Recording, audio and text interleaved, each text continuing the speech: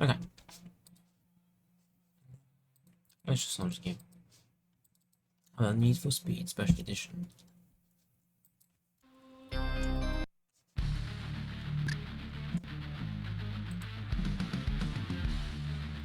I don't know whether this will be able to capture game capture.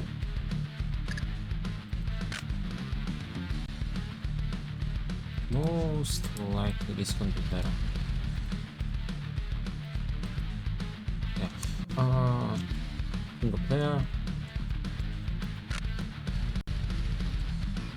Can I make it full screen? I can.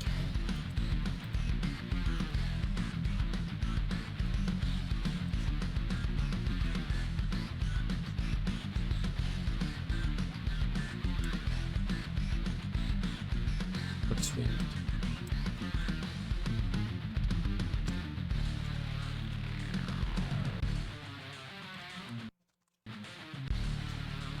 Options. Load and save. Transmission automatic. Let's keep it on automatic now. Traction control. Audio graphics detail. Oh, there you go. Oh, never mind.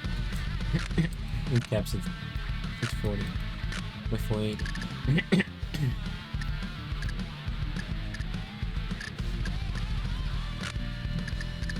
Load and save. The tournament.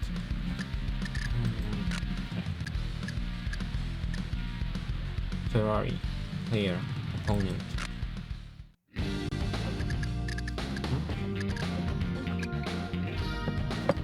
Diablo. Ferrari 512 TR performance. Despite being 55 pounds heavier than its predecessor, the 512 TR's additional 41 horsepower get it to 60 miles per hour, a whopping 1.5 seconds quicker. The difference through the standing quarter mile is even more impressive. 12.9 seconds versus 14.5, earning a top spot among this bunch of sports cars. Though its tail can be provoked into oversteer, the 512 TR prefers gentle understeer and exhibits a docility that belies its rear-heavy weight distribution. The unassisted steering, though very precise, can be heavy in low-speed turns. Video.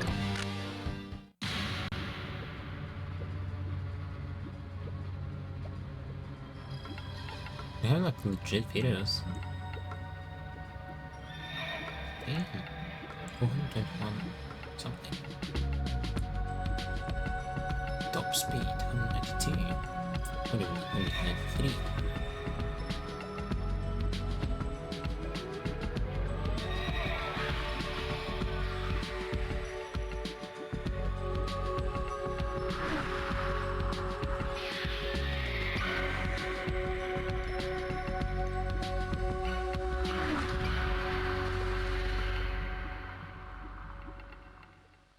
We're just not history. Arguably the most victorious and longest-lasting competitor in automobile racing history, the Ferrari marque owes its success to Enzo Ferrari, the Modenese-born son of a metal shop worker. Along with a small group of close colleagues and talented engineers, Enzo produced sports racing cars that were as beautiful as they were fast. Since the marque's inception in 1947, a prancing black horse on a yellow background has been Ferrari's emblem.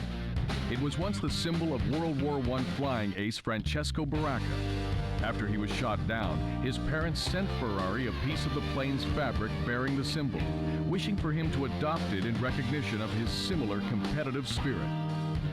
The earliest predecessor of the 512 TR can be traced as far back as 1957 to the first production 250 Testarossa. This 12-cylinder Ferrari had its cylinder heads painted fiery red, which led to the name Testarossa, or Redhead. The tradition continues to this day on the 512 TR.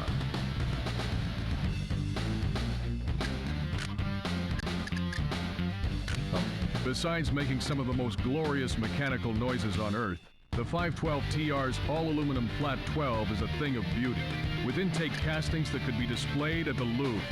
Compared with the Testarossa it replaces, the 512 TR has 10% more power, larger 18-inch wheels and tires, a stiffer tubular frame, more precise steering, an improved braking system, and a redesigned interior.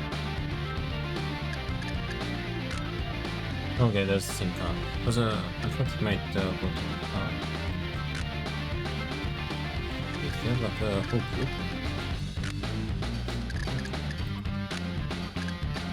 How many cars are there? Diablo. Was there like 7?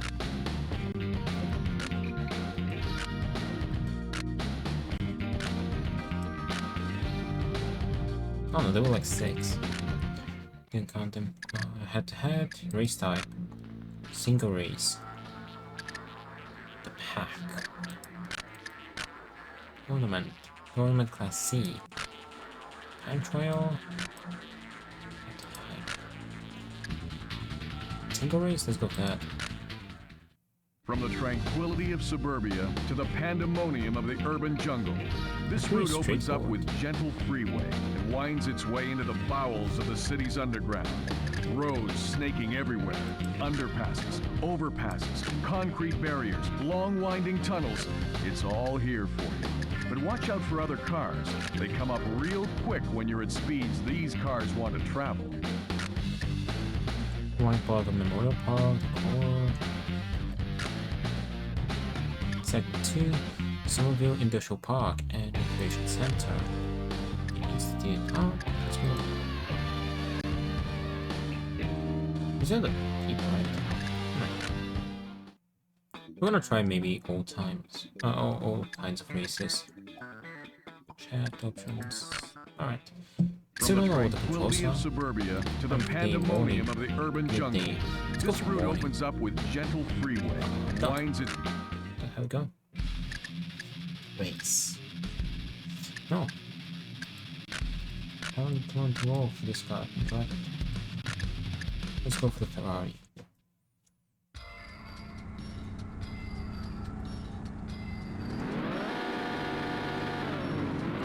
How do we go?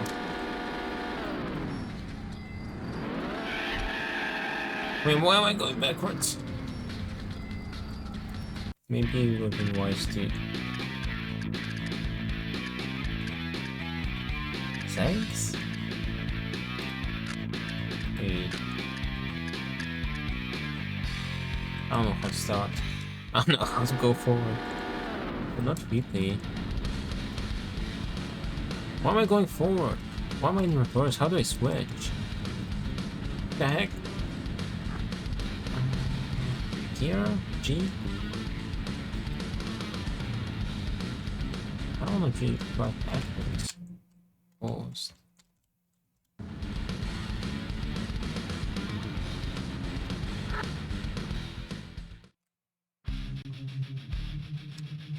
Let's go to the keybinds and check. Controls. I thought I was trying manual. Camera, handbrake, horn, H, handbrake, space, steering. Wait. Oh, shift up, down, keyboard A to C. Okay.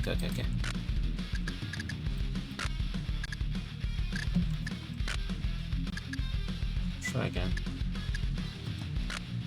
A to C. Race.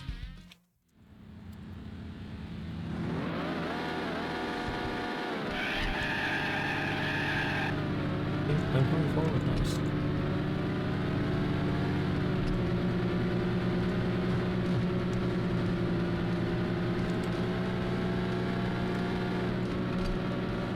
Wait, it is automatic, right?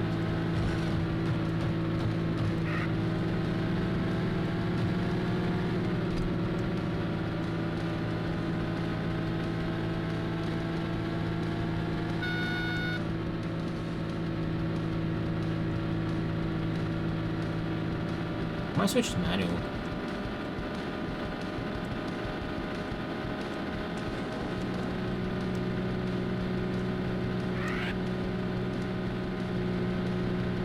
But I forgot I had brake.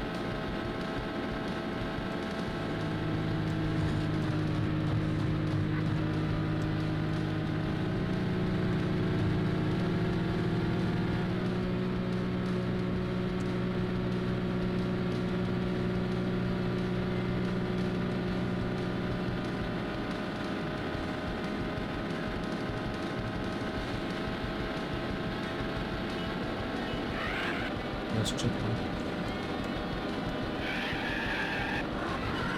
Ooh, she lose control. Oh, you have to drive backwards to go. No, you have to drive forward to go backwards.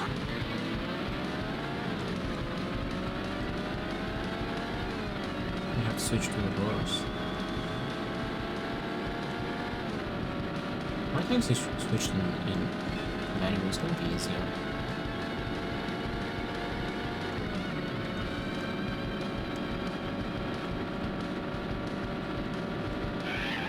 Ooh, it's really easy to lose control. Just need to handbrake.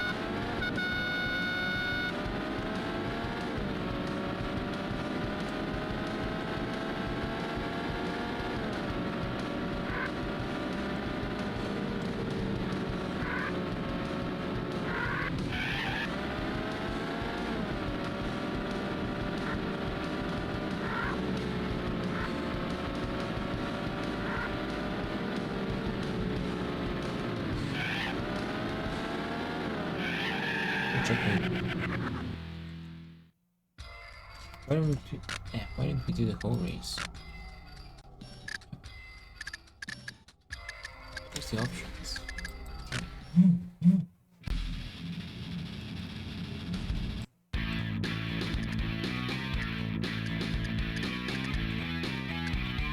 Dehds, hey everyone, welcome back. How are you doing?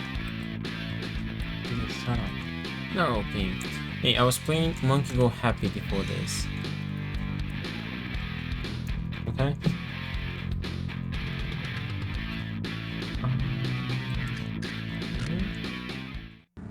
Wait, why am I racing again?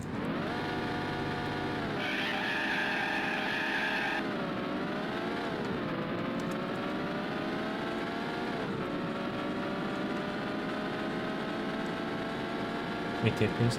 I was playing Monkey Go Happy for this one.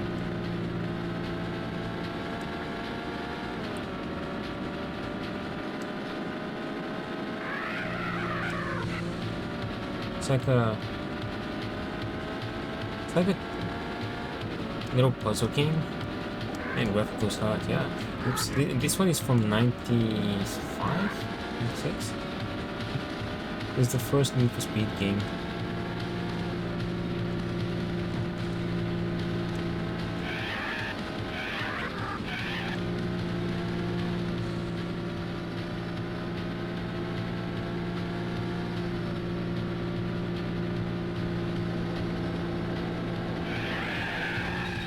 We need to.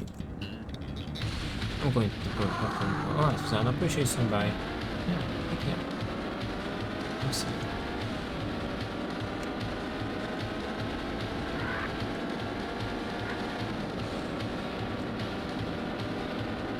Skill issue. Yeah, I'm kind of getting used to it.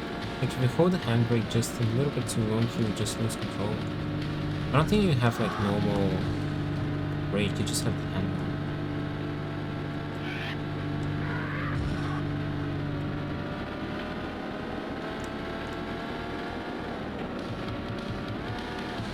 We can switch to neutral.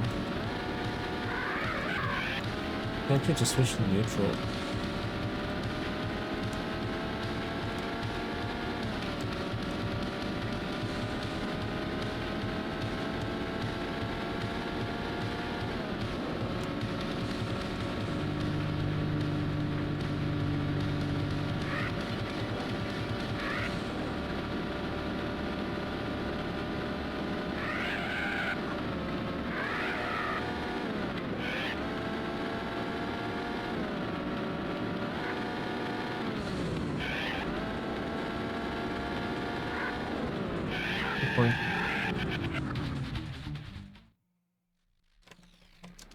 Segment 2. Continue? You're going on to segment 3?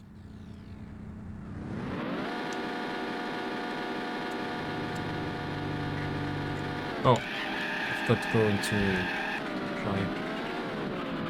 Do I have to finish like first for... I don't know if I'm replaying the same segment or if I'm making another one.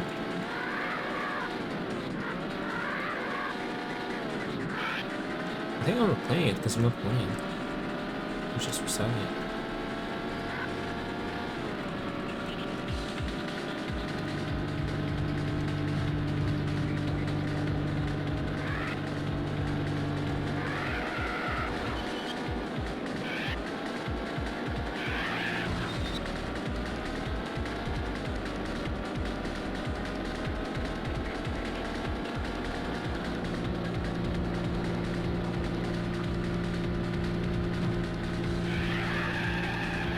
Ooh, I'm drifting.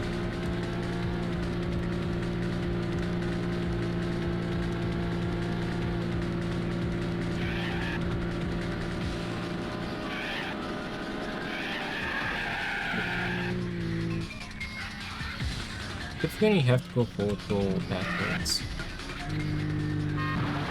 I'll think of the boost.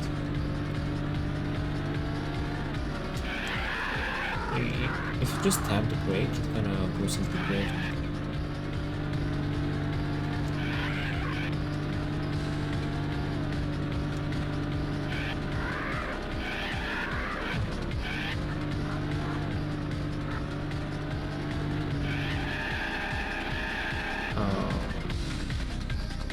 Yeah, go backwards, go forward.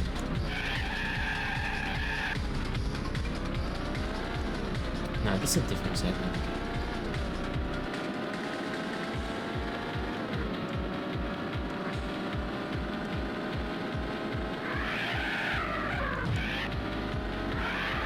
Maybe we have to tap it multiple times. Just not too much. Sometimes you just get straight down.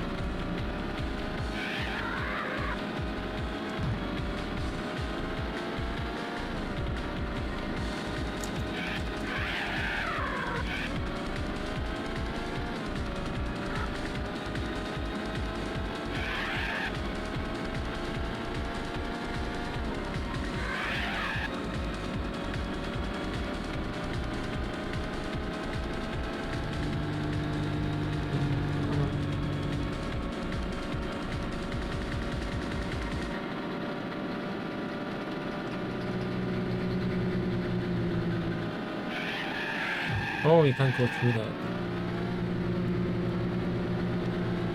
To my right. I have the direction of sound.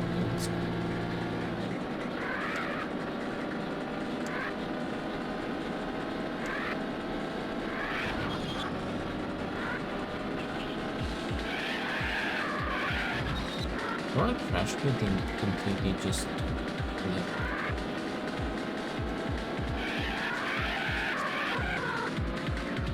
Let's have more of a chance to recover.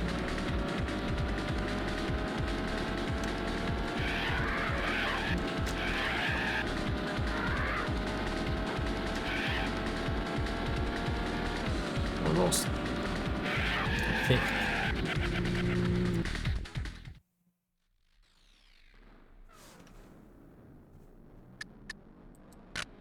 Yeah. Congratulations! You've got a top 10 time for this track. Nice. Nice. Game options. Okay. First. Oh. No, not this. Graphics, hardware. Actually, wait, control.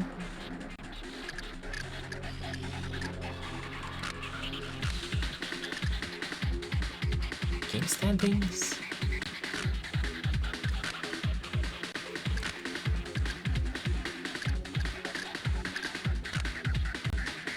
Options. Traction control. I don't know what that is. Manual. ABS. Automatic focus system? Was it that? Coastal. Ah, the smell of the ocean. This route starts a meandering run along the coast, winds its way up and along some crags, inland through some tight forested road, and then back down along a narrow peninsula. It's a well-rounded drive with a couple of nice straightaways and a healthy portion of squirrely corners. Go ahead, use that lead foot, but keep a tight grip on the wheel. Last resort. What Dark Forest, Lighthouse Point. No. Let's do time trial. Lamborghini Diablo BT. Performance. With its all-wheel drive system configured to drive the front wheels only when the rears start spinning, the Diablo VT retains its rear drive character, but with an extra margin of stability.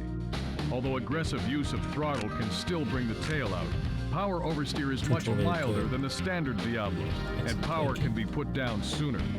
With the capability of accelerating to 60 miles per hour in less than 5 seconds and attaining the fastest top speed of the group at just over 200 miles per hour, the Diablo VT is a formidable presence on either road or track.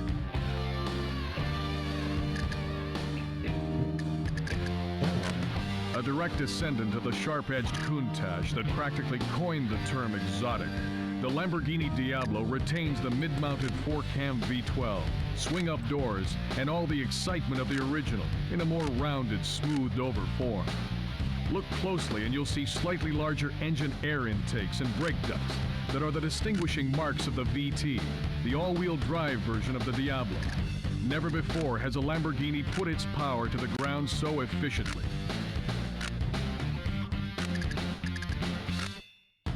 Video. Let's watch.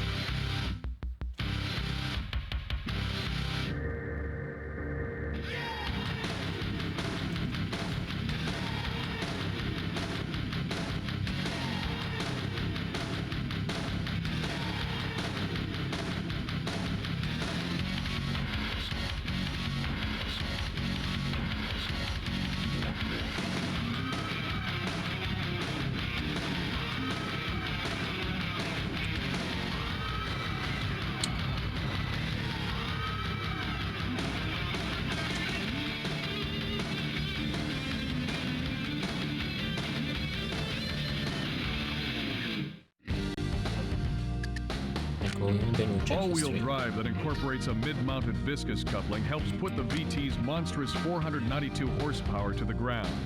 Chassis construction is similar to the Ferraris with a tubular space frame, but aluminum alloy body panels are augmented by a steel roof and strategically placed panels of carbon fiber. Unlike the high-pitched scream of the 512 TR's engine, the Diablo's all-alloy 48-valve V12 resonates with a deep brassiness. Think of a dozen trombones. History. The roots of the Lamborghini Diablo go back to a small factory in Cento, Italy, where a mechanic-turned-industrialist started his career building tractors under the Lamborghini family name. Ferruccio Lamborghini's passion for exotic cars eventually changed the focus of his mechanical and entrepreneurial energies. And in 1964, the first Lamborghini production car was brought to market. Called the 350 GT, its hood emblem depicted a charging bull, a reference to Ferruccio Lamborghini's astrological sign of Taurus. The Mura P400, a V12-powered sports car named after a Spanish breed of fighting bull, sent other manufacturers back to the drawing board with its mid-engine design.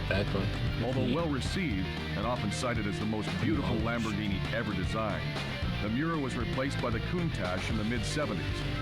Despite a difficult gestation period, the Countach became one of the most highly revered and sought-after true exotics. It then evolved, with basic configuration intact, into the more modern-looking and aerodynamically efficient Diablo.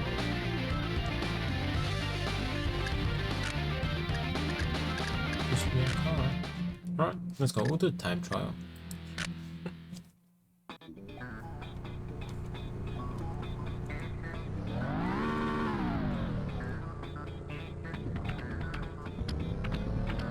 Assume the gears. Oops. I don't drive like this. Yeah, like this.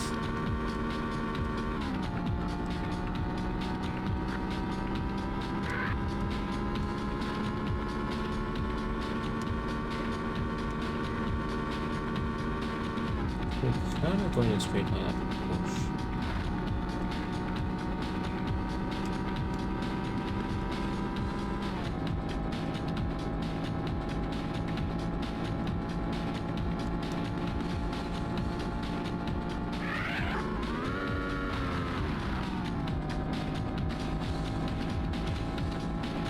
Actually, a bit easier to slow down now because I can just shift down.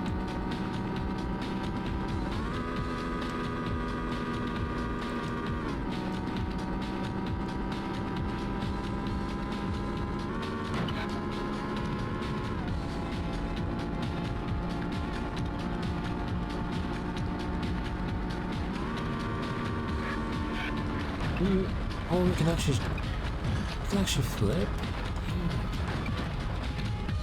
Actually flip the car.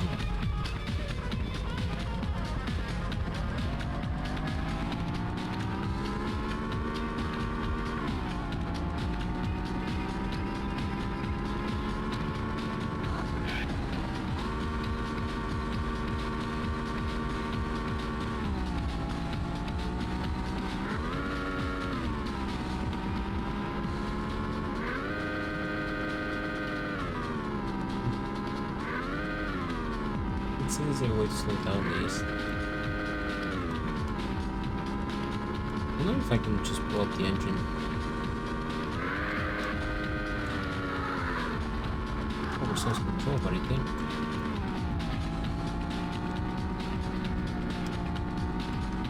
I can just let go of the gas, I guess. That's possible.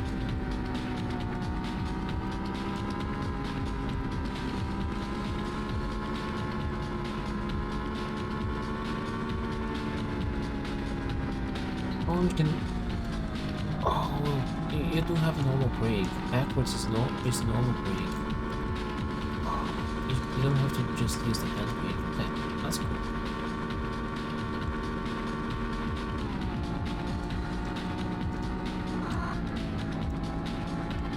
Yeah, that actually slows down a lot. Good point.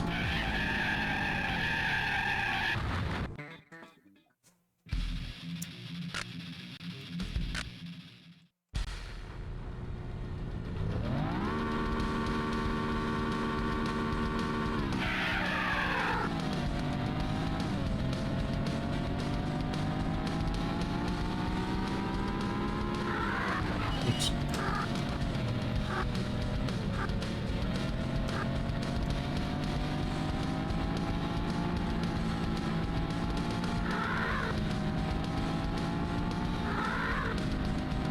Let's front corners.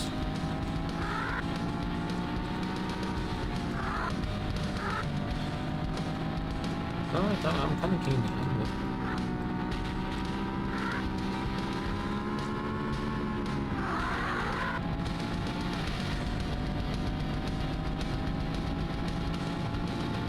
Oh, those balloons. I think it's a screenshot of the game.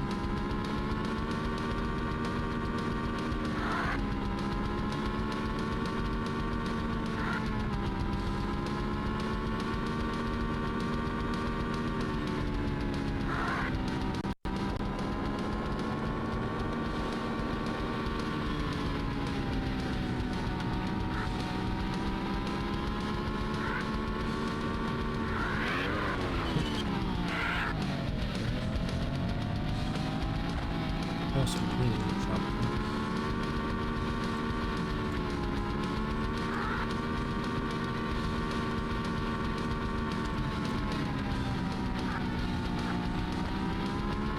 Sometimes I don't even like slow down. Sometimes I just let go of gas.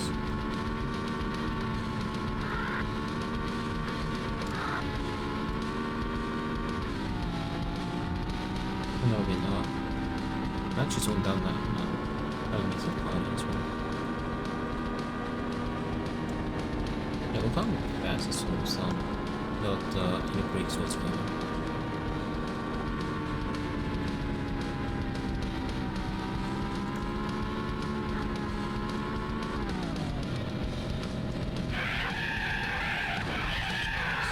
Nice crashes.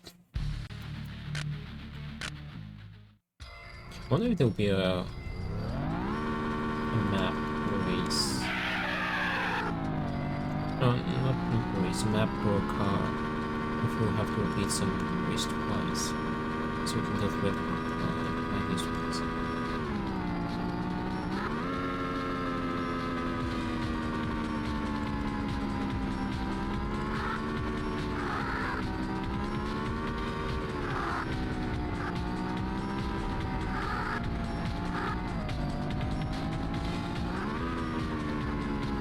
I managed to take those turns without crashing.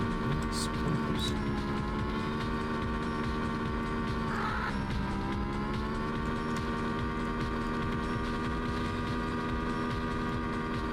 Let's use this as helps. Encourage.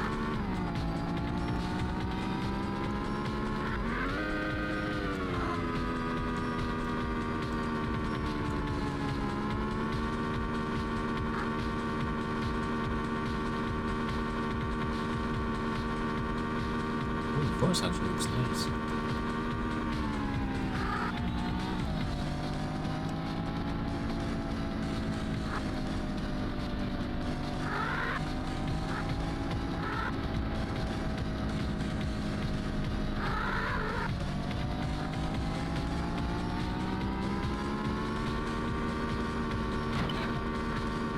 Oh, they even have bombs.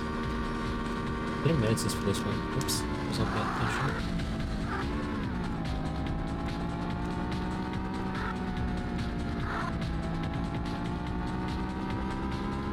Let's see if I will kind of fit in time frame. I have a whole minute left. Instead, we still have a way to go.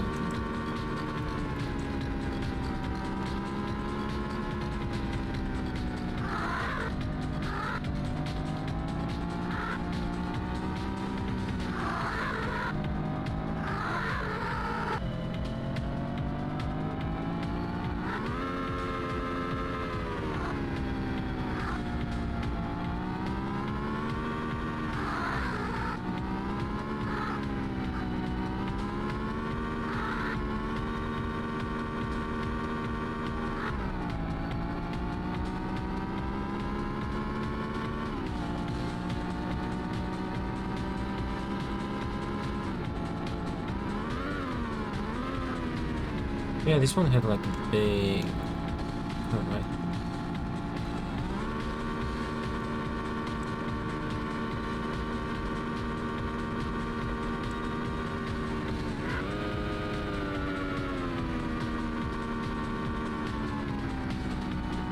Okay, I didn't fit the time. I was almost there, so I almost...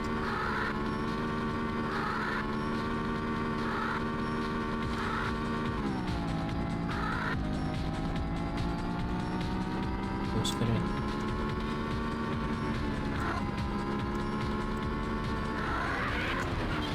Okay, that was one crash.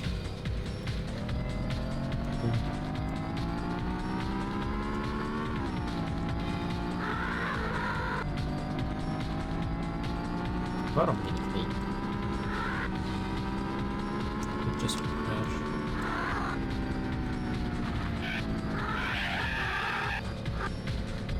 I was kind of a decent man. I didn't lose control. I was just actually able to do.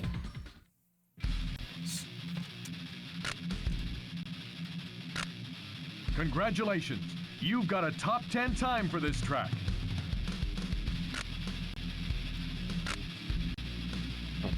Next. Actually, I don't know how many cars there are, so... Mazda RX-7. What's up with that? wheel hop off the line hinders drag strip starts, but once underway, the RX-7 is explosively fast. The transition from primary to secondary turbo operation is hardly noticeable. Handling is extremely responsive, and with 0.94 G of lateral grip and only slight body roll, the RX-7 is second only to the Viper in its race car-like feel. Stopping is equally impressive, with 11.6-inch rotors front and rear, although this ABS-assisted sports car doesn't quite achieve the braking brilliance of the NSX or Porsche.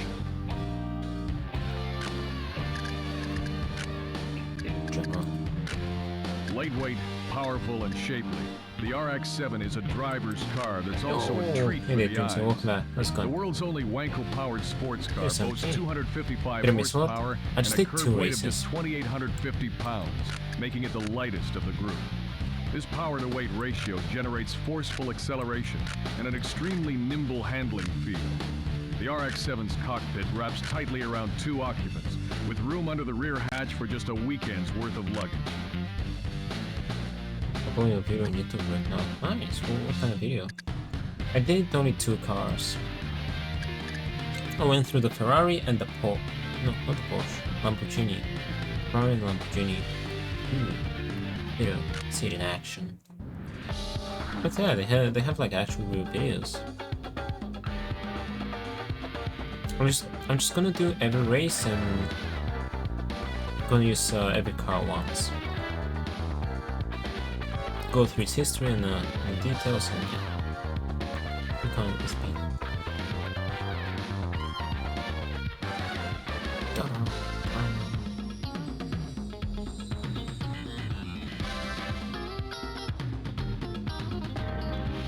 Did the retro playlist? They're so good. You have to record it. Like retro races, retro cars.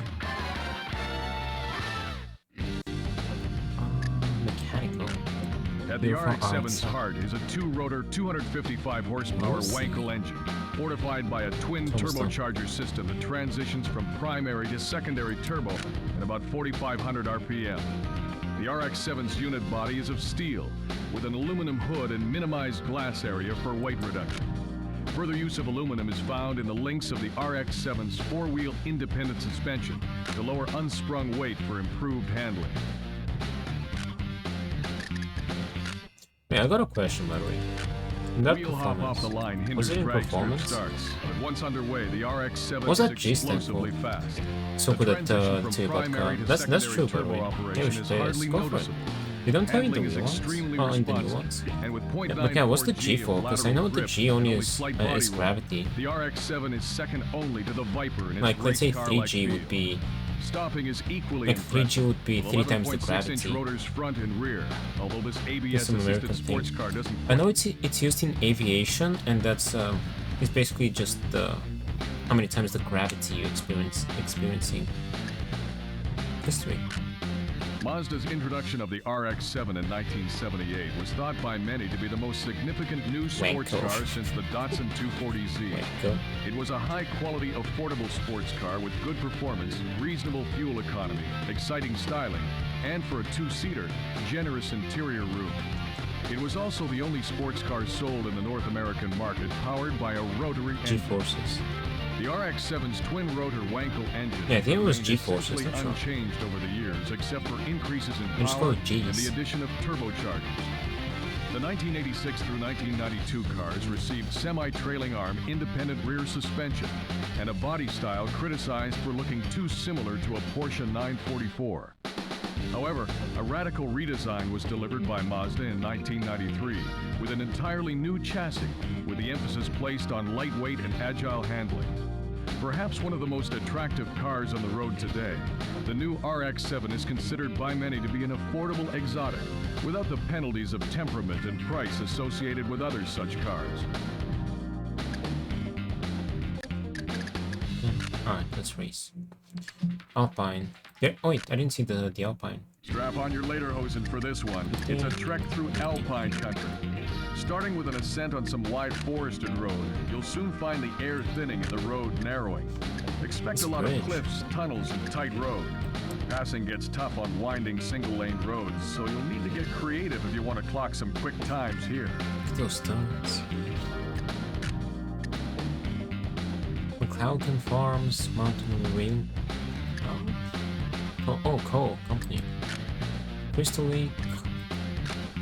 Golden Horns National Park. Golden Horns Glacier. Oh. Alright, let's go. I think there were like 6 or 7 cars in total. Oops, not reverse.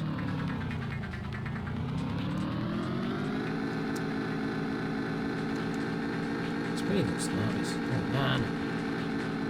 That looks like, look at these graphics. What's cool?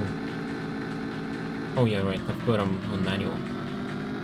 Well, this is DOSBox. It's like DOSBox graphics. Armageddon.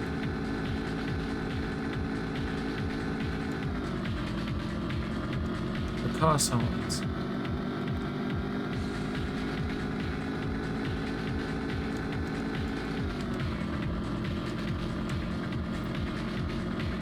I can compare this and the crew with the plots. How old is the crew?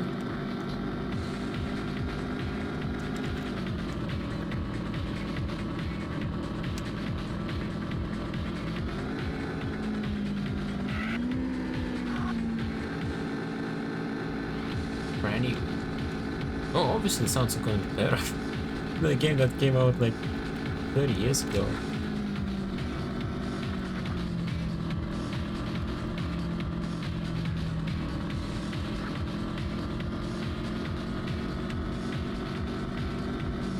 Oh, but I want to see. Oh, there's some moves. Look at that. Is there news? Is there moves in the new Need for Speeds? It's not a racing game without moves.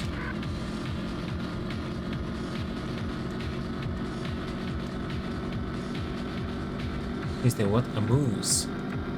These big horny fellas.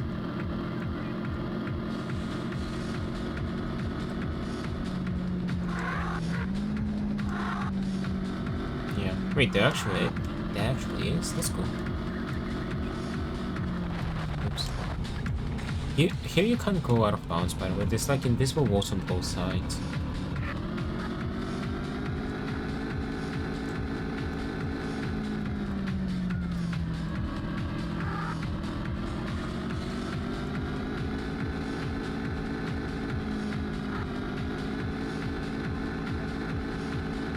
'69, nice. Captain's at 69.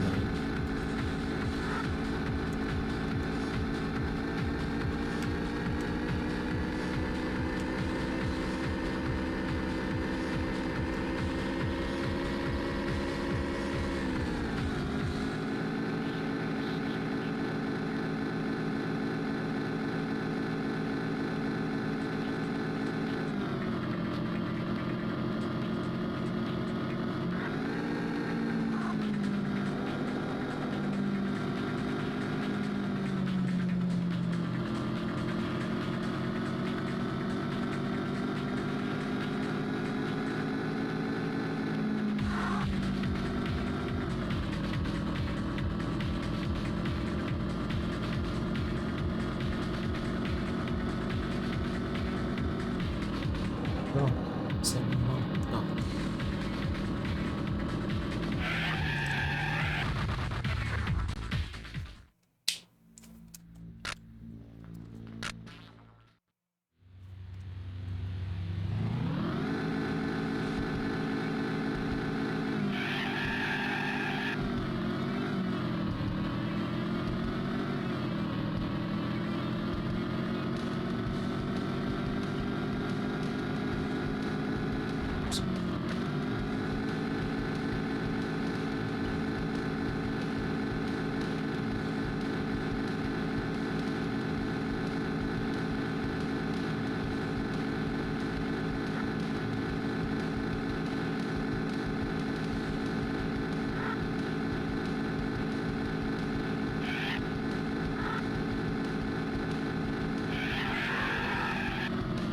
That was a drift, by the way. Yeah. It's really easy to lose control.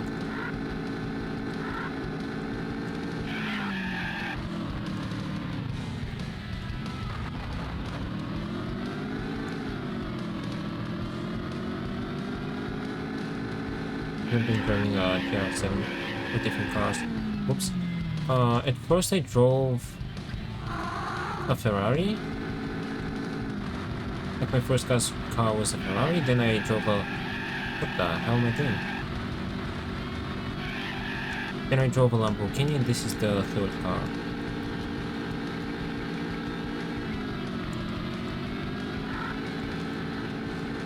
Man, you can't drive it. I was answering your question. I was not paying attention.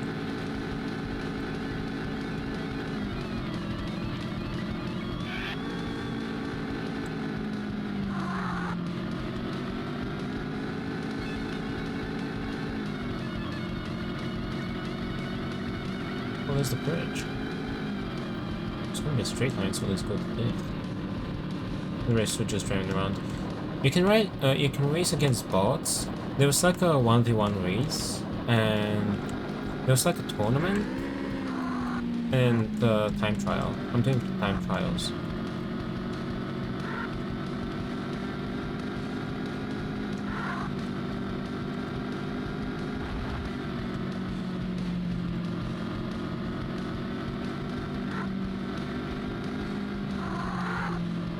Gosh, play it. Let's go for it.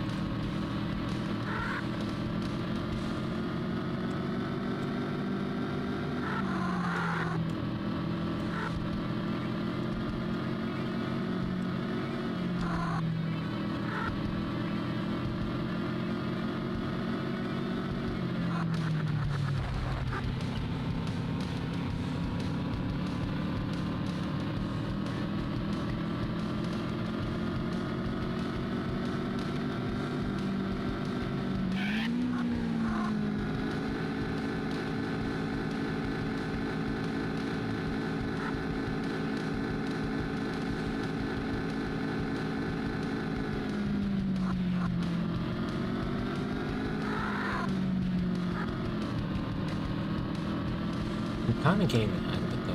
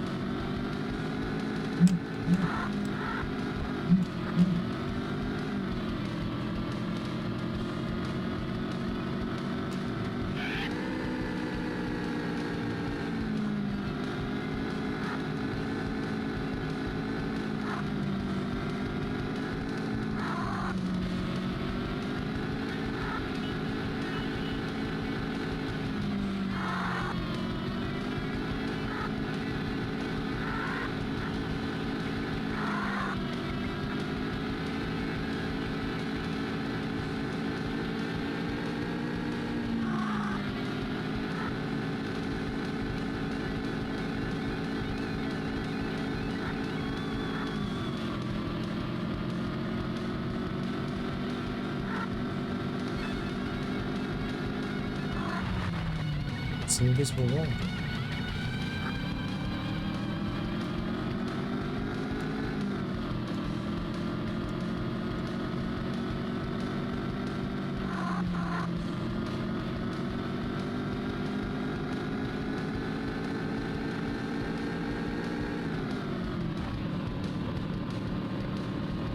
One more. I think there was one more.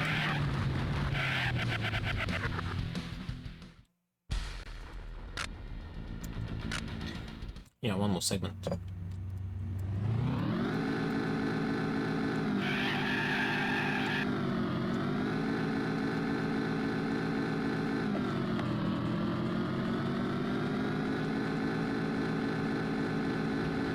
It's kind of snowy here. I wonder if there's like physics with snow with being slippery. It doesn't seem like it. Just normal.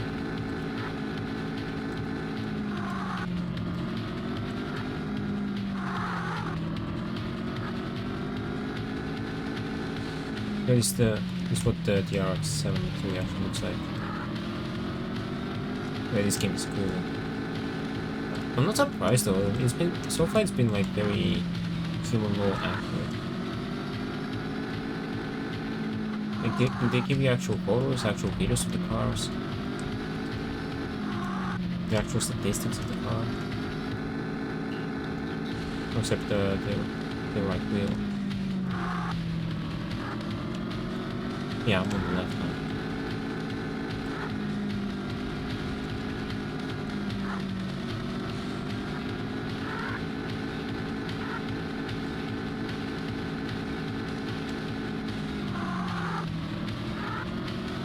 Ooh, look at this camera.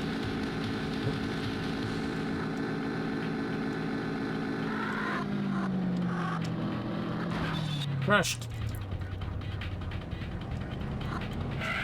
Here you can't go backwards, by the way. Like, you can't normally go backwards. You actually have to do it in real life. Like, you have to go in reverse and give it gas. You can't just press backwards.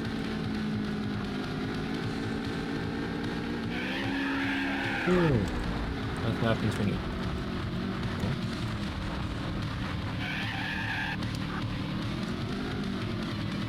Very slippery. That's what happens when I oops, real fast.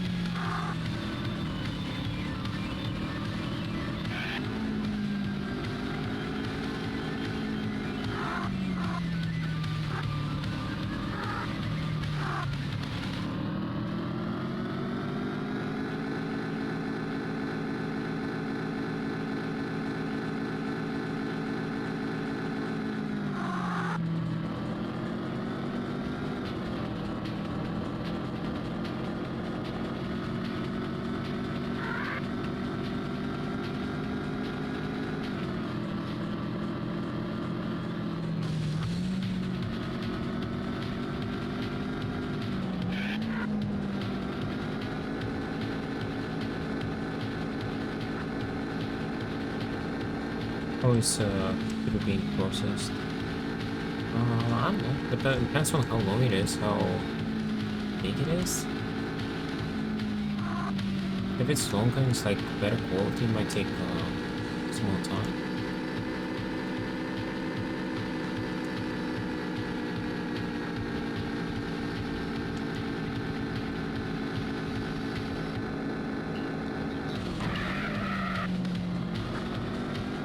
This location reminds me of Carmageddon, because there were similar maps with windows and tunnels.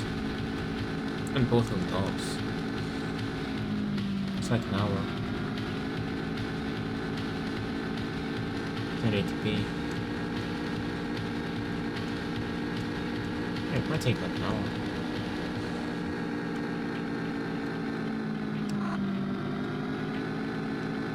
I don't know if I'll start on the next game if I finish this one early.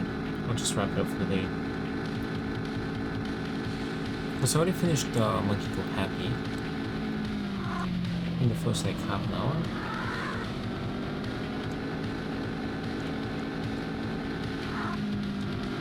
Next time I decided to go for Max Payne 2.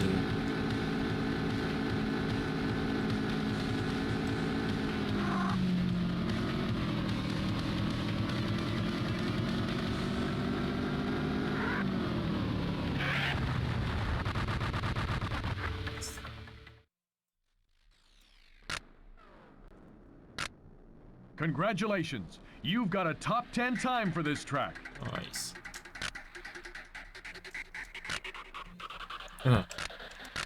Okay, so I did the Ferrari 512 TR, the Lamborghini Diablo VT, the Mazda RX-7, and now we got this. Can you change this game to km/h? I don't think so. Transmission, ABS, traction control. What is traction control do? Let's turn that on.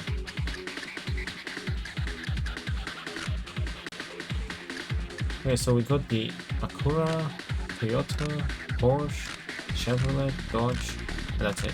1, 2, 3, 4, 5. So 5 cars more. Only car won't slide. There's one race with it. Let's see how it goes.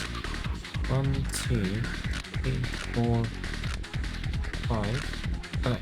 This one map for each car. Where's the Springs? Not a classic. Korean sex. Let's see the location first and then the car. The desert heat has taken its toll on this old But it's just raceway. nice. Loose gravel at the Especially sides when of you the win track this can game send the from tail out end out of control. If you want quick laps and fast speeds, this is where you'll get them.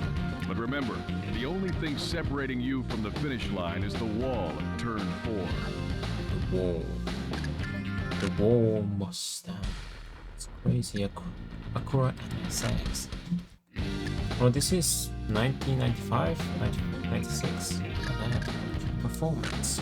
While it may not be the most powerful exotic, the NSX's trim 3,000-pound curb weight makes the most of the power it has got, with 0 to 60 runs of less than 6 They have seconds as focus, proof. and they have Forgiving and predictable are words that come to mind, with the driver needing to do something really 8 foolish to to 9. get this car to spin. The steering feedback is so immediate and precise, it Between almost 7 and feels 9. as if you're I'll holding count a them in. tie rod in each hand.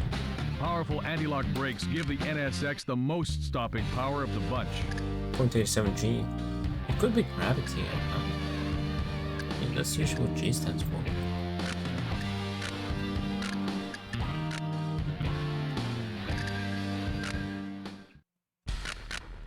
Yeah. 1, 2, 3, 4, 5, 6, 7, 8. They have 8. Oh, it's G forces. Told you. What are the G forces though? Gravitational force. Oh yeah, so it does stand for gravity.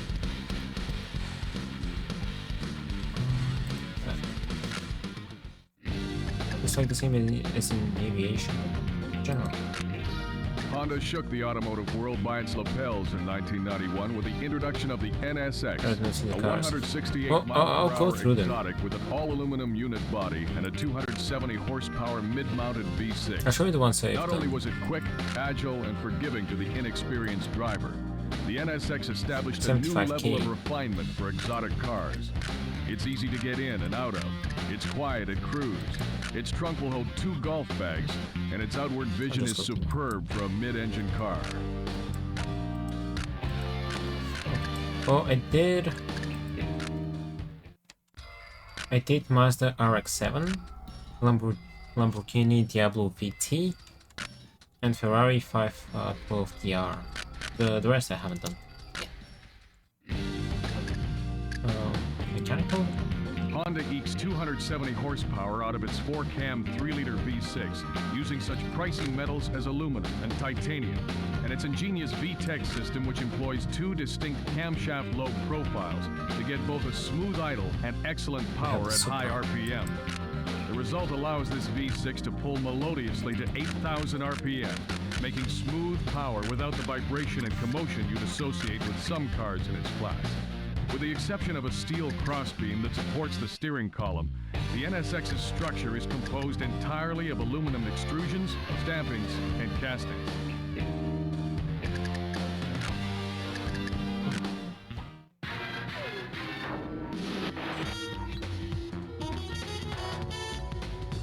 Look at those DOS-book graphics, dude. They were ahead of their time.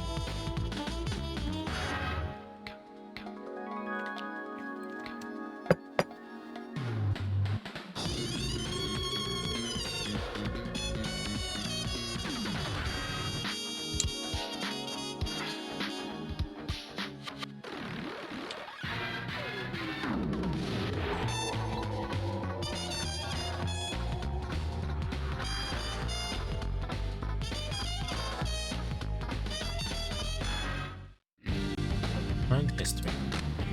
Honda, already famous as the world's biggest and most successful motorcycle manufacturer, displayed its first road car at the 1962 Tokyo Auto Show, a small roadster with an air-cooled 4-cylinder engine. At about the same time, Honda's Formula One effort was hitting full stride. It peaked when Richie Ginther drove the shrieking V12 Honda Formula One car to victory in the 1965 Mexican Grand Prix. This was just a taste of things to come, as Honda's competition record in Formula One during the late 80s was unmatched. Their technical leadership in the design of both V10 and V12 engines earned them numerous victories and a reputation for building some of the most advanced racing machinery to date. It was a logical next step to enter the exotic car market by playing off its strong reputation in Formula One. In preparing to build the NSX, Honda constructed one of the most technologically advanced manufacturing facilities in the world in Tochigi, Japan. In 1991, this plant started building the NSX, the world's first series-produced sports car with an all-aluminum frame and body. Nice. First the springs, race. Yeah, so this is only one. I'll probably have to do several laps.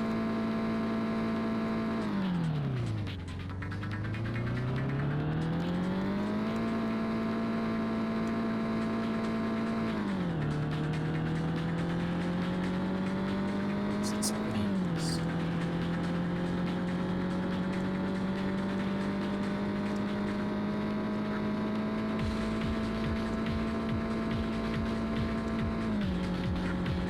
Yeah, this race is gonna be super short. 38 seconds. Wait, how did someone do it for 38 seconds?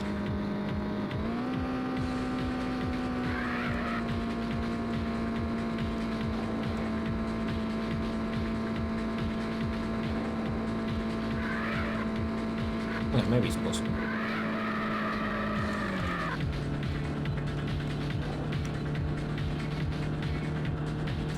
Exactly a minute. The heck? Oh, because it lets you go again. You can start going with build up speed.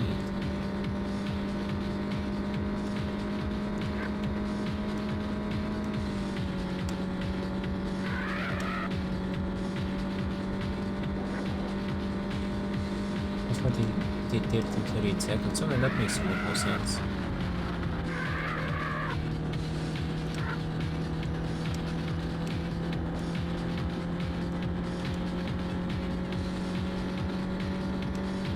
Oh, 3 laps. No, 8 laps. Okay. I cannot see that.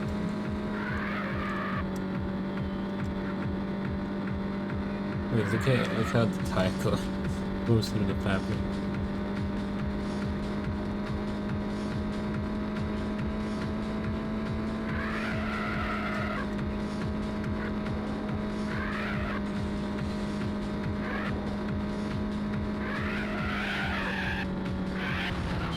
Nope.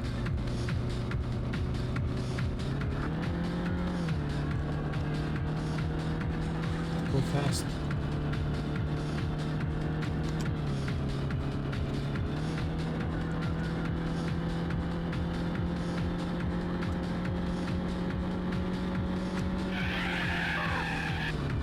That drift.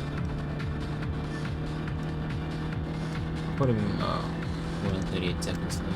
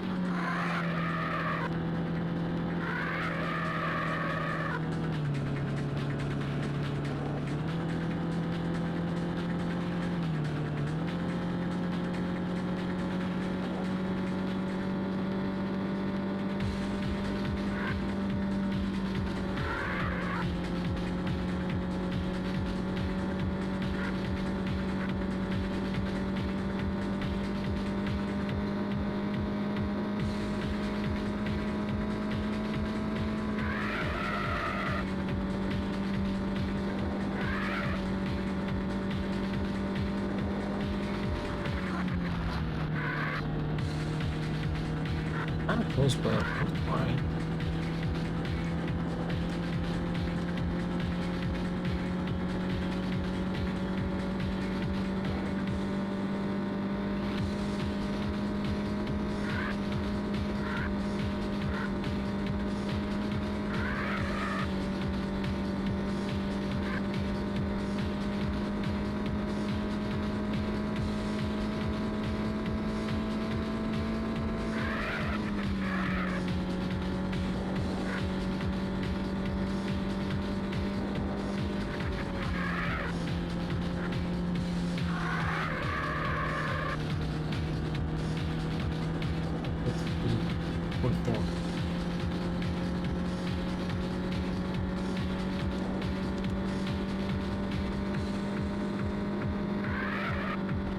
yeah, I forgot about the invisible moves.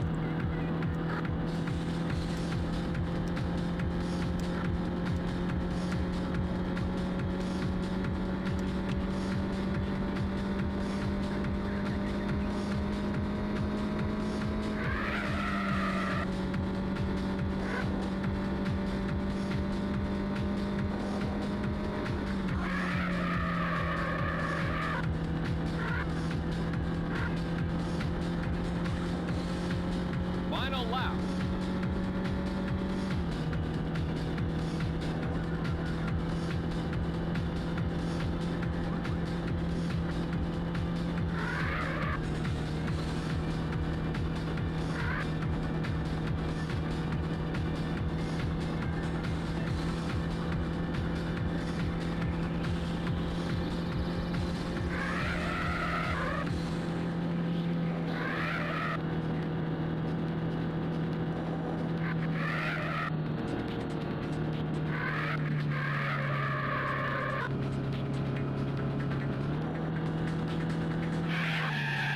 I think my best one was like 44 or 45. Somewhere in between.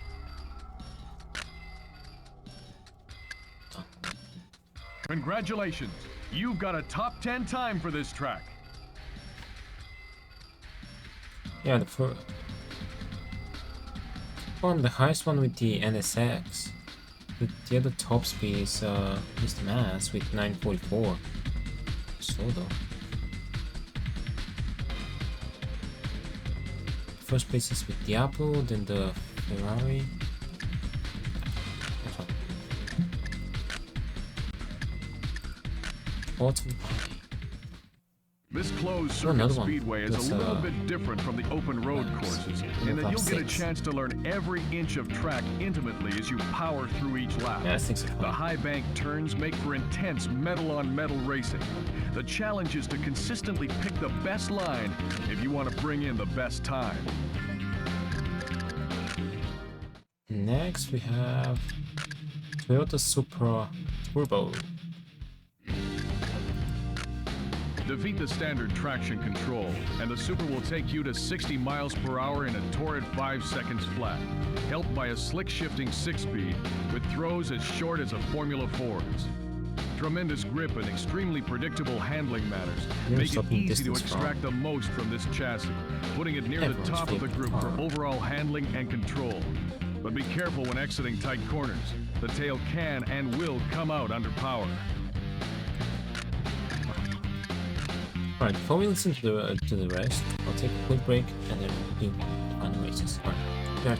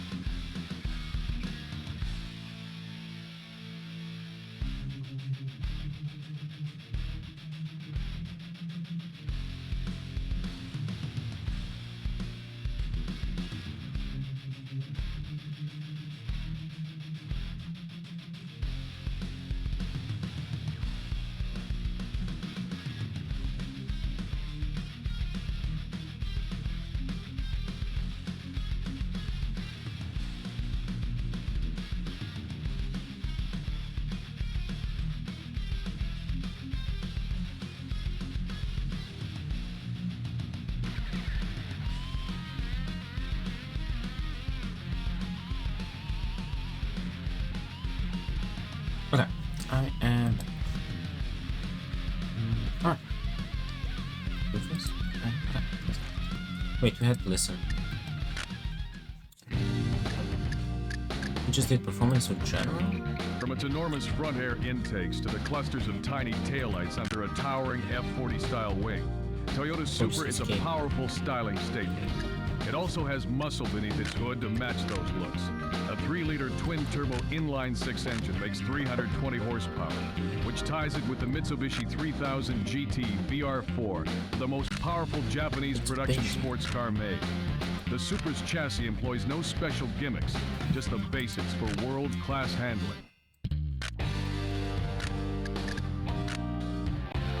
Mechanical. Like all the Supras before it, this version uses an inline-6 with a cast-iron block and aluminum head. A twin camshaft, sequential twin turbos, and a jumbo-sized intercooler help bolster output to 320 horsepower. Despite weight-saving efforts such as hollow fiber carpeting, dished head bolts, and a glass sphere-filled rear wing, the Supra's no bantamweight. Our scales show a healthy 3,450 pounds.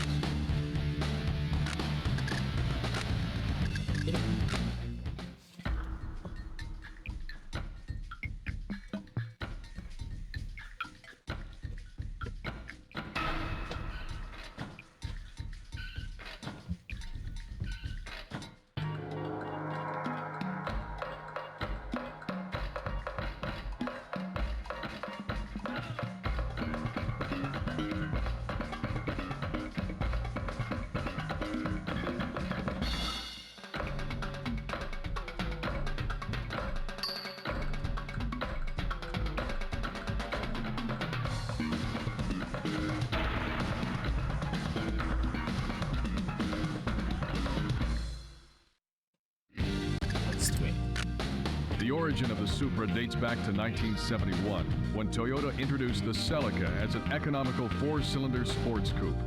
It was 8 years later that Toyota decided to create a new, more powerful version of the Celica, outfitted with a 2.6-liter inline-6 power plant derived from the Cressida's engine.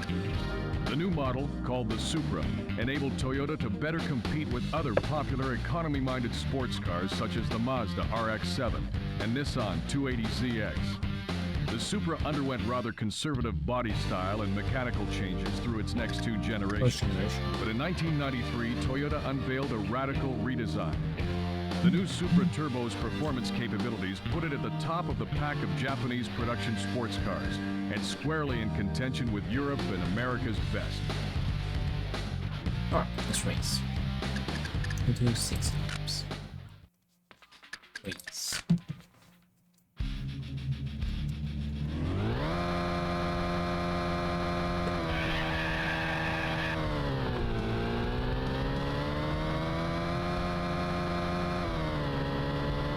Yeah, 6 laps.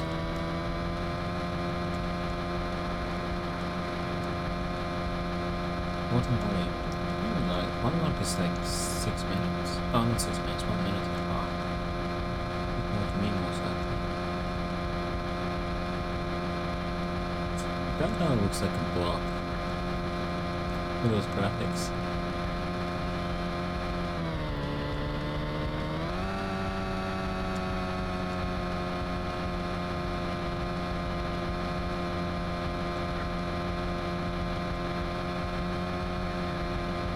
I want to test the track real quick. Just make sure that it's fine. Cool.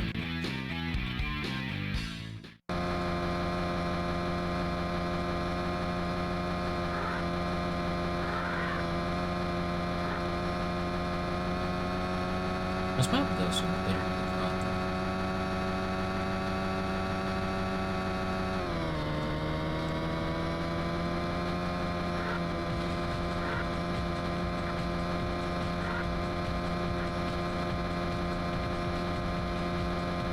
This giant tires floating.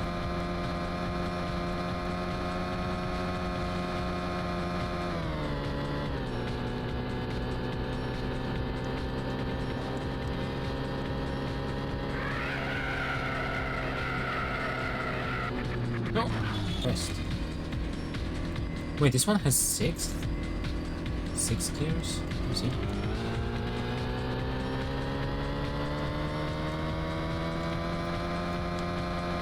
My video is up and it's 360p. All perfect for the king. Some cars have 6 gears. I was surprised that this one had 6, because so far all of them have 5.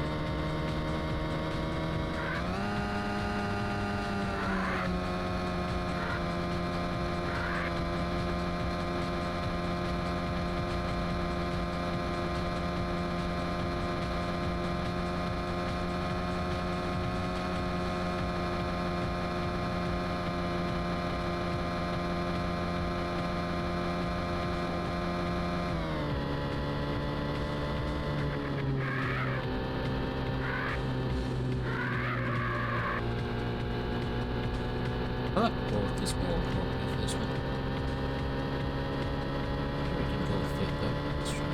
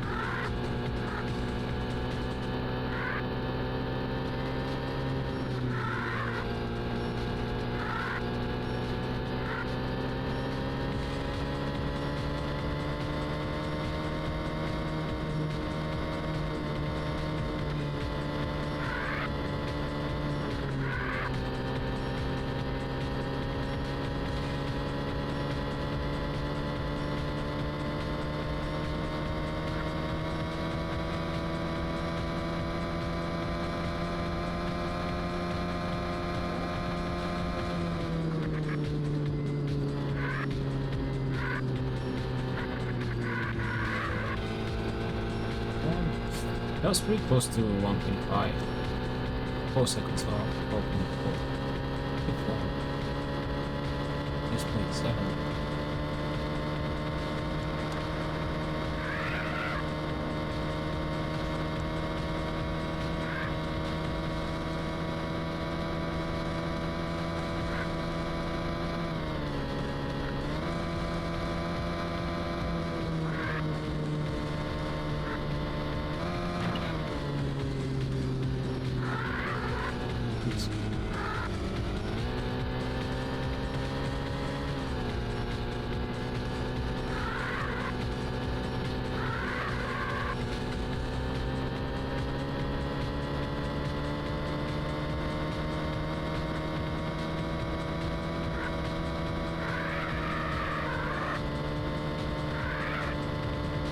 It's not gonna be a record.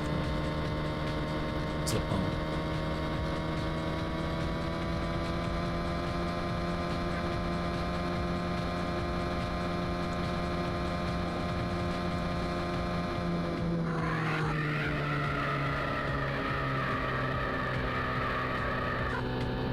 It's good too though, if I do that next time.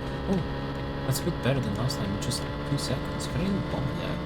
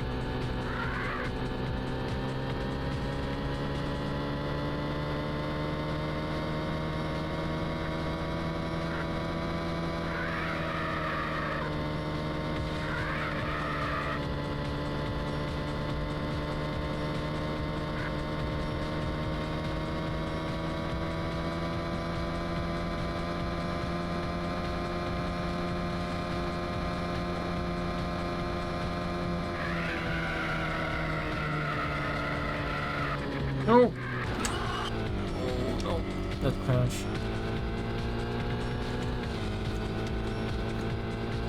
Final That lap. crash cost me. 29.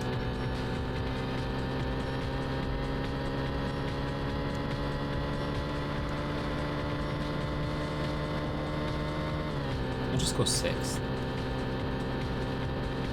So it goes for maximum CVs.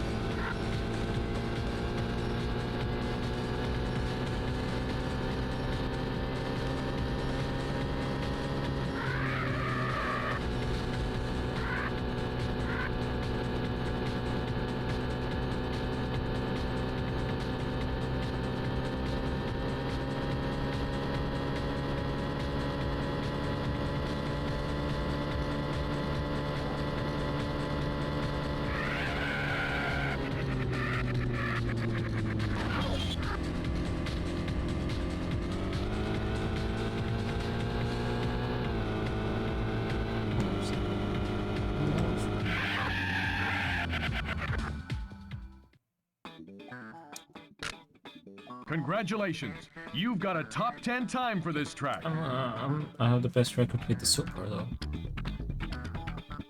First one. What is the first one? Is like the Ferrari.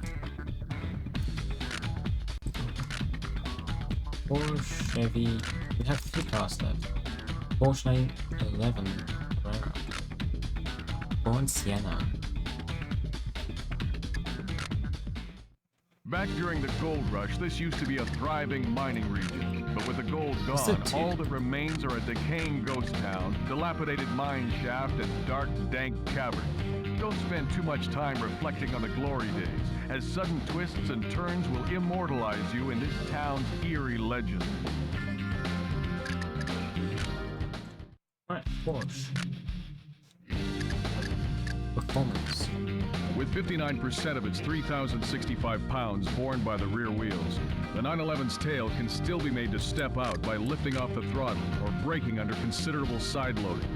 However, this tendency is much more benign with its improved rear suspension.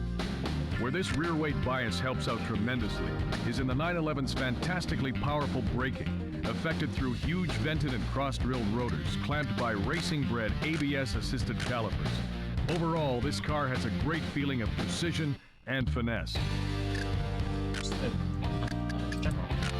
Few designs have been as long-lived as the Porsche 911, or as successfully updated. Its instantly recognizable silhouette has been around for more than 30 years, but with each revision, this rear-engined, air-cooled, flat-six-powered sports car from Zuffenhausen has been made to corner more aggressively, accelerate harder, stop shorter, and through detail refinement, look better. To many of its followers, the 911 is considered to be the only That's the real go car Porsche. from Cars.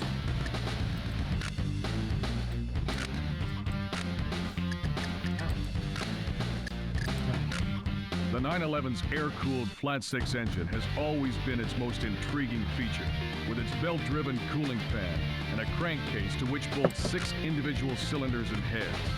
To make the best use of its 270 horsepower, the engine is mated to a 6-speed transaxle, a Porsche production first. Also of note is the new aluminum multi-link rear suspension that replaces the less forgiving semi-trailing arms that the car has had since its inception.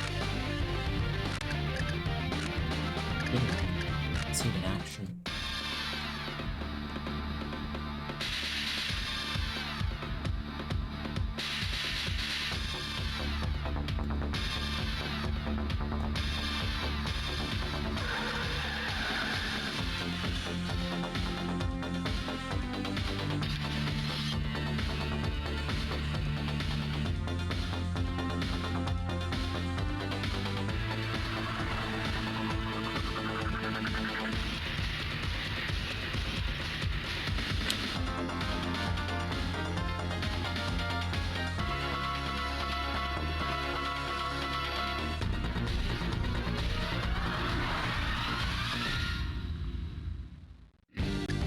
history. As Ferdinand Porsche was commissioned to design the Volkswagen Beetle well before World War II, it's not surprising that the original Porsche 911 showed aspects of its design, from its rear-mounted air-cooled engine to its torsion bar springs. Making its production debut in 1964, the 911 had a 2-liter flat-six power plant that was essentially a scaled-down version of the 1962 Formula One flat-8 engine. It wasn't until almost a decade later that Porsche introduced its Carrera, an appellation that signified its most powerful model that originated from the grueling Mexican Carrera Panamericana road race. This model became the first Porsche road car whose rear tires were wider than the fronts and which had a rear spoiler to increase downforce. Although the styling changes to the 911 shape over the years have been subtle, each mechanical revision has improved on its superb performance capabilities, preserving its status as one of the most prestigious sports cars of the last 3 decades. Let's go. Let's race.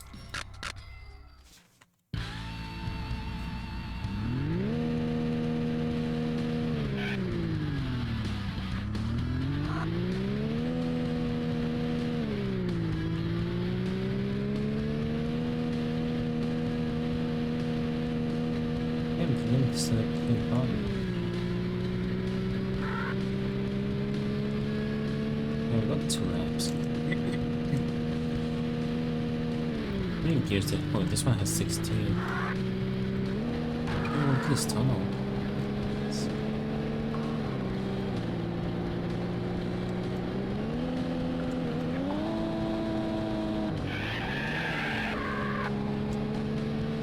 Swamp? Get out of my swamp.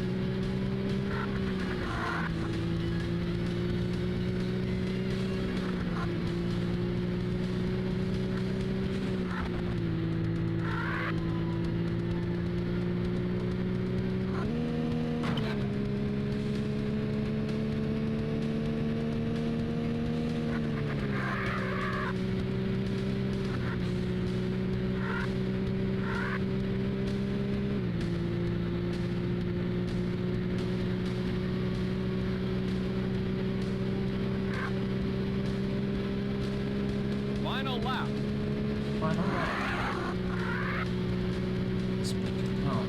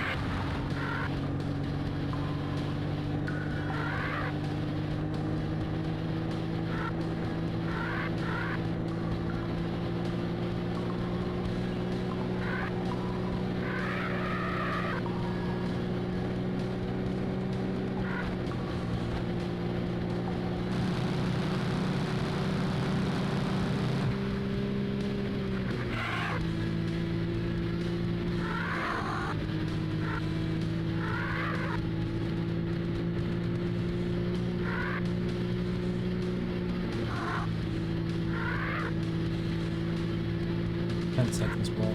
I get okay.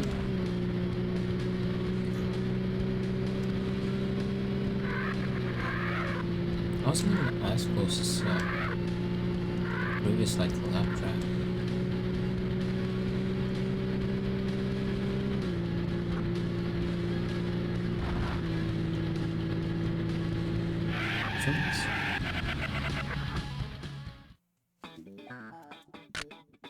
Is it the best?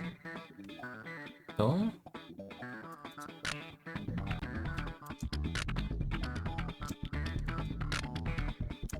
Oh, maybe because I didn't do 6 laps, that's why. Congratulations. You've got a top 10 time for this track. This one person that did better by 1 second. 29.11. I beat this guy with the 9.11. Oh. Well done. 40 gold edge. The beautiful scenery on this course can be distracting and disastrous if you take your eyes off the road too long to savor the sights. Originally a quiet coastal drive, this stretch of road has been transformed into a high-speed closed-circuit twister. Picking up speed in the back straight is tempting, but with perilous cliff-top turns coming to greet you at 100+ miles per hour, you better have good reflexes. How many cars do we have? Oh, 2. We're done. Chevrolet Corvette CR1. Performance. Carrying 200 pounds more than a standard Corvette and wearing wider tires, the ZR1 is a little less nimble, but more than makes up for this in sheer power and speed. The ZR1 attained an honest 178 miles per hour in our latest road and track top speed test, which places it a solid third in this group of sports cars. Drag strip launches are uneventful and easily repeatable, making it child's play to get 0 to 60 clockings into 5-second range all day long. And the big V8's power band is so broad that you seldom have to worry about being in the wrong gear.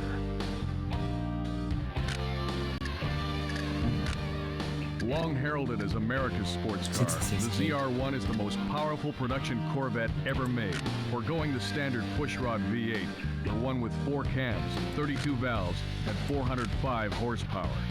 The ZR1's LT5 engine is a multinational effort, with engineering assistance supplied by England's Lotus and assembly carried out by Mercury Marine in Stillwater, Oklahoma.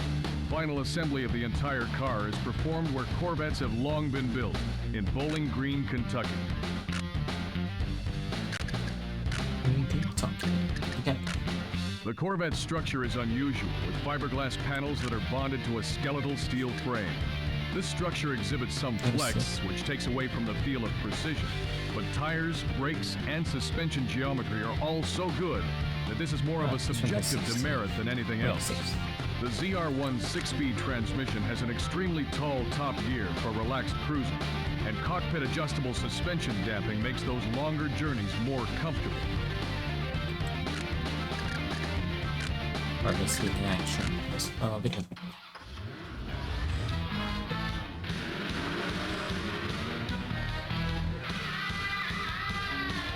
I don't wonder if they took these videos specifically for the game or if they just forged them or something like commercial.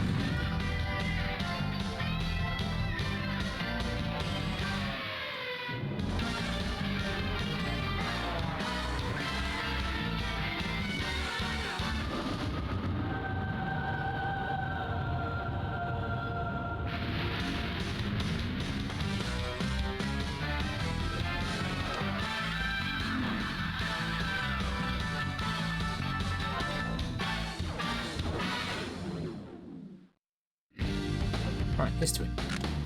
Chevrolet introduced the Corvette in 1953 as the all-American answer to the very popular British roadsters of that era. Named after a sleek and fast Canadian submarine chaser of World War II, the first Corvette was fitted with a fiberglass body and the Blue Flame pushrod inline-6 engine. Although the fiberglass body and front-engine rear-drive configuration have become integral components of the Corvette's design, the body shape, engine, and chassis have seen much change over the last 40 years. In 1990, Chevrolet launched the ZR1 project with a mandate to build a supercar that would compete with Ferrari, Porsche, and other European sports cars. Though the last of the 6,938 ZR1s rolled off the production line on April 28, 1995, the ZR1 remains one of the fastest and most powerful production cars in the world. Let's race. Last but one. Where'd he go? Go.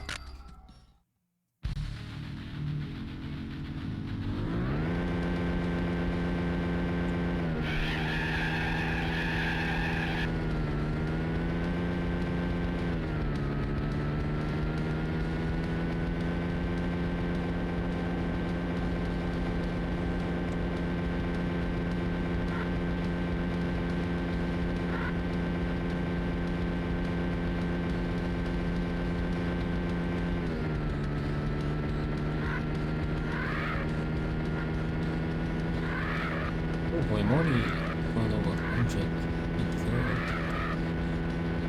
This is how probably goes soon. Yeah, I'm not way wrong.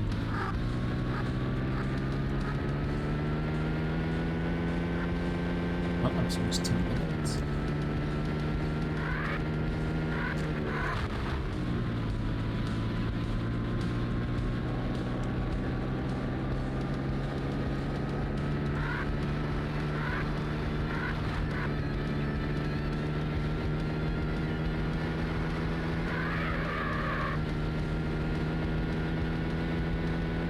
Ooh, it's map section.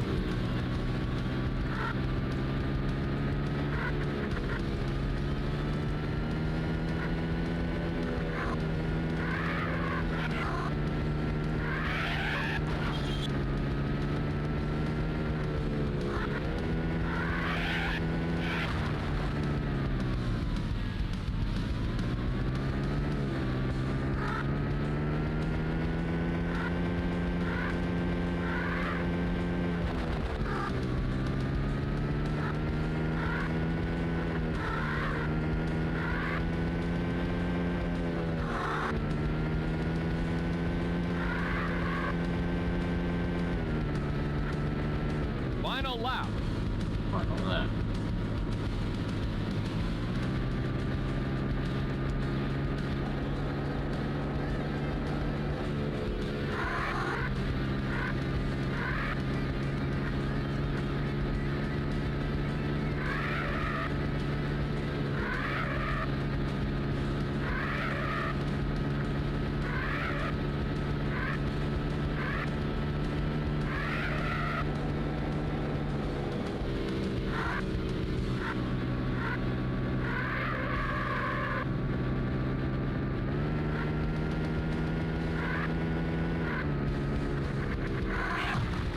Ooh, second time crashing.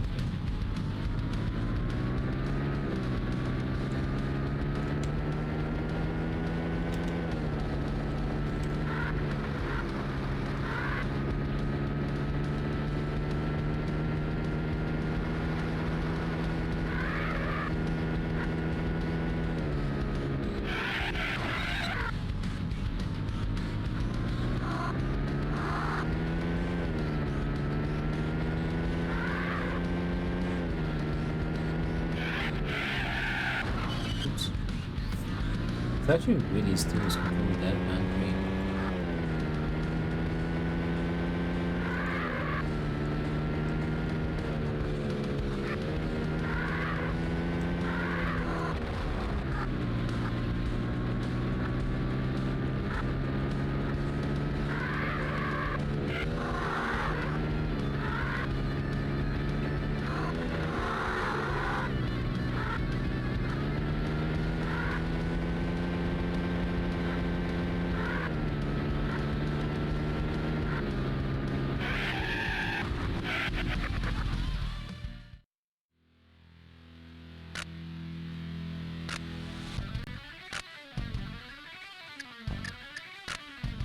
Congratulations.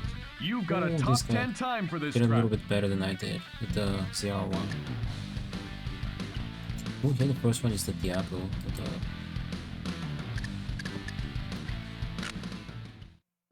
Not really.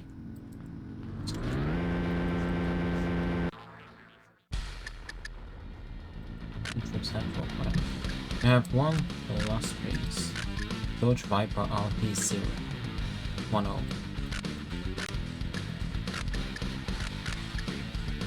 The city, we did the city, right? From the Yeah, that's the first one. tranquility of Oh, the final place location would be Constropolis. urban sprawl and overcrowding can often make for slow, monotonous traffic. But take away the traffic and you've got a high-speed obstacle course that's enough to challenge even the best drivers. Set in the industrial sector, this course gives you everything from blasting through a steel foundry to squealing through the airport's underground parking lots. Trust me, city engineers didn't plan for this to be used as a racetrack, so you'll be contending with some pretty insane corners. And when you leave the ground, it won't be from the airport. Viper. Opponents.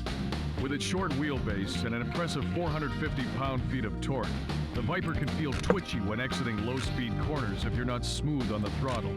But its handling in general is fantastic and has the most direct race car-like feel of the bunch, with 0.96 G of lateral grip, just a touch of understeer in a steady-state condition, and virtually no body roll. With a 0 to 60 time of 4.8 seconds, the Viper's straight-line performance so overpowers the senses that its excellent handling can be overlooked. Whisked from car show sweetheart to production vehicle in just 3 years, the Viper has put Chrysler back on the supercar map in bold block lettering. The approach is brute force rather than finesse, as the Viper is really a car built around its engine, a thundering 400 horsepower 8-liter pushrod V10. Pampering its driver is not part of the equation. The Viper has side curtains instead of roll-up windows, a rudimentary fabric top, and just the basic controls and gauges.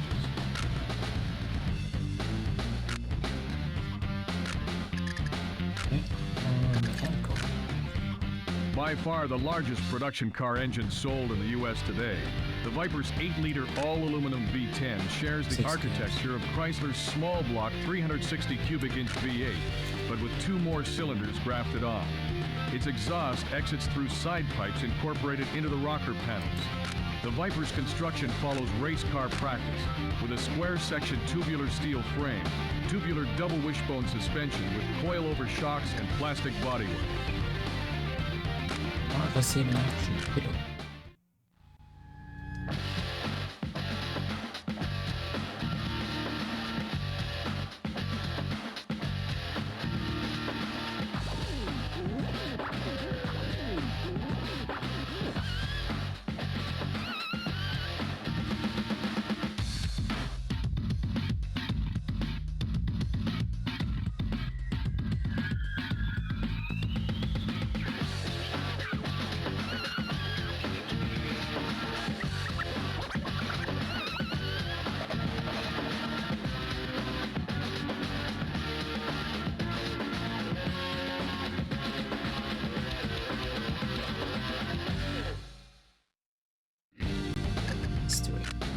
Although claimed by some to be Chrysler's first true 2-seat sports car, the Viper is based on the history of sports car designs dating back over 40 years.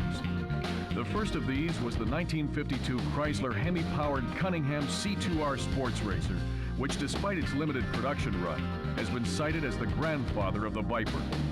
Perhaps the greatest inspiration came from the legendary Shelby Cobra of the 60s, whose success was based on a formula developed by its creator, Carroll Shelby. He took British-built AC roadsters and bolted in massive 289 and 427 cubic inch V8s. In 1991, only 2 years after starting development, Carroll Shelby drove the Viper as the official pace car of the Indy 500. 1 year later, the Viper was rolling off the production line and into the eager hands of enthusiasts. Let's race. Part 1. Race. Oh, the interior of this one isn't bad.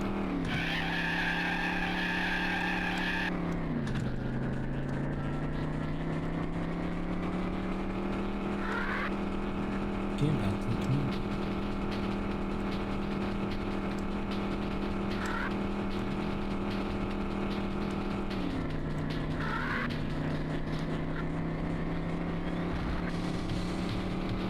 Minute 48.2.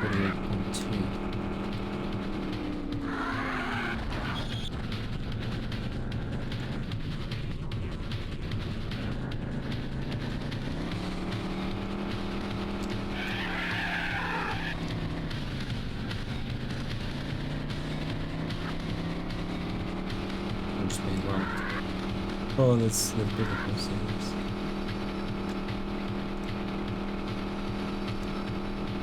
Parking. Right.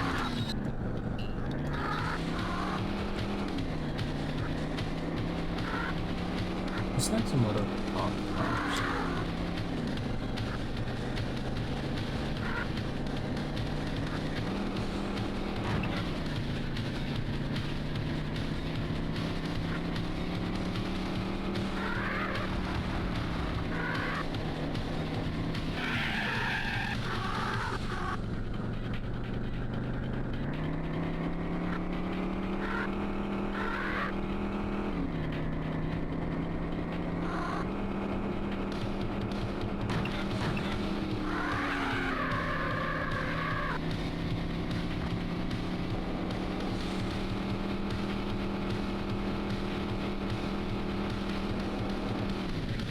Sheesh,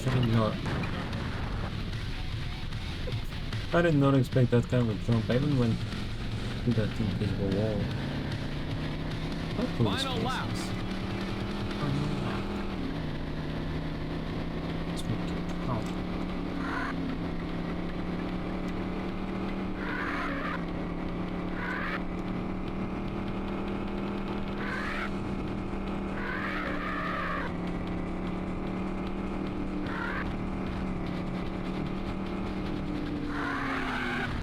Oops.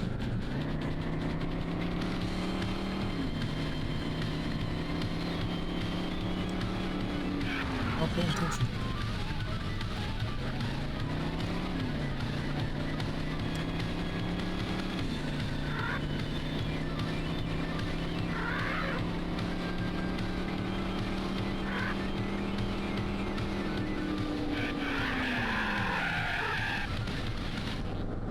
I made such good use of the drifting here.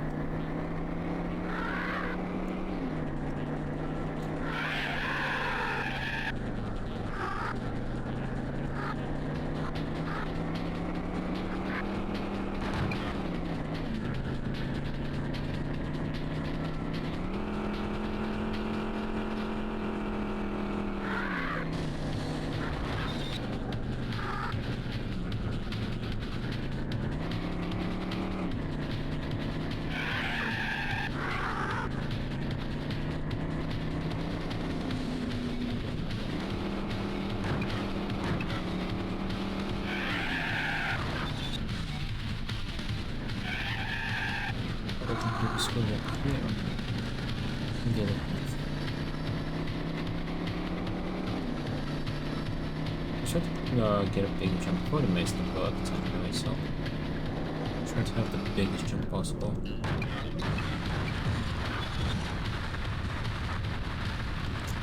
Okay. Not the roars.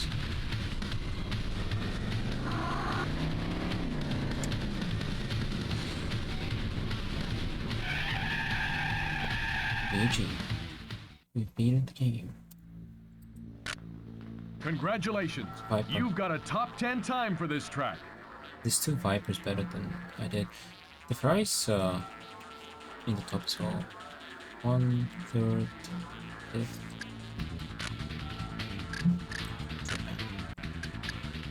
What else did we have?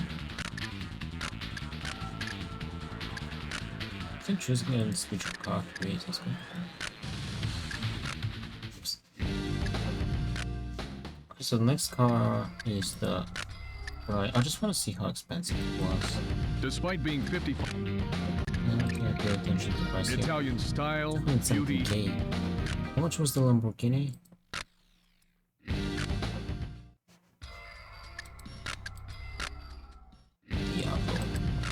A direct descendant to the sharp-edged Countach. So this is the most expensive car in the game.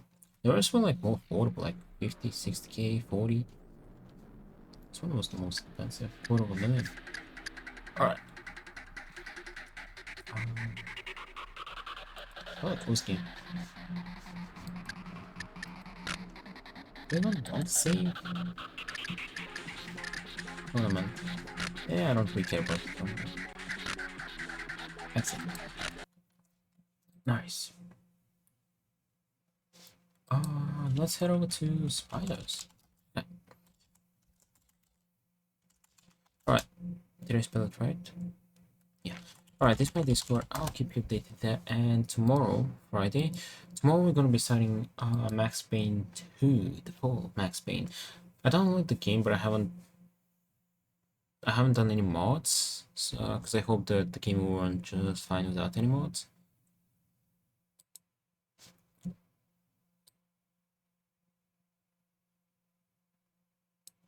So, the game will probably have more modes like the first one, so we'll have to replay it several times.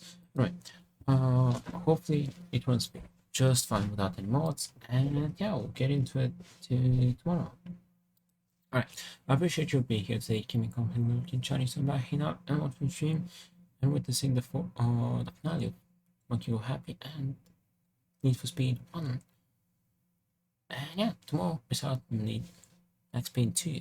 yeah, have a good one. Take care, and I'll see you all tomorrow. All right, bye.